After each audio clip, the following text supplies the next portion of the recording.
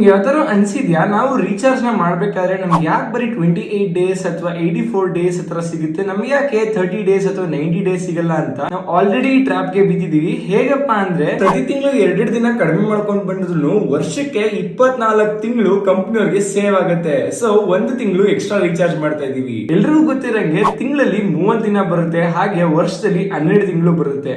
ಆದ್ರೆ ನಾವು ರೀಚಾರ್ಜ್ ಮಾಡೋದು ಬರೀ 12 ತಿಂಗಳಿಗಲ್ಲ, 13 ತಿಂಗಳಿಗೆ. 12 2s 24 ಆಗೋದ್ರಿಂದ ನೀವು ಎಕ್ಸ್ಟ್ರಾ 1 ತಿಂಗಳಿಗೆ ರೀಚಾರ್ಜ್ ಮಾಡ್ತಾ ಇದೀರಾ. ಅಲ್ಲಿಗೆ 1 ವರ್ಷಕ್ಕೆ ನೀವು 13 ತಿಂಗಳು ರೀಚಾರ್ಜ್ ಮಾಡಂಗೆ ಕಂಪ್ನಿಗಳು ನಿಮ್ನ ಆಲ್ರೆಡಿ ಟ್ರಾಪ್ ಆಗಿ ಬೀಳಿಸಿದೆ. ನಮ್ಗೆ ಪ್ರಾಬ್ಲಮ್ ಯಾವ್ದೇ ತರ ಪೋಸ್ಟ್ ಪೇಡ್ ಅಲ್ಲಿ ಆಗಲ್ಲ. ಯಾಕಪ್ಪ ಅಂದ್ರೆ ನಾವು ಎಷ್ಟು ಯೂಸ್ ಮಾಡ್ತೀವಿ ಅಷ್ಟಕ್ಕೆ ಮಾತ್ರ ಪೇಮೆಂಟ್ ನ ಮಾಡ್ಬೇಕಾಗಿರೋದು. ಈ ಟ್ರಾಪ್ ಇರೋದು ಮಾತ್ರ ಪ್ರೀಪೇಡ್ ಅಲ್ಲಿ. ಪ್ರೋ ಟೇಪ್ ಇಸ್ ನೀವು ಯಾವುದೇ ಕಾರಣಕ್ಕೂ ತಿಂಗಳಿಗೆ ಅಥವಾ 3 ತಿಂಗಳಿಗೆ ರೀಚಾರ್ಜ್ ಮಾಡಕ್ ಹೋಗಬೇಡಿ.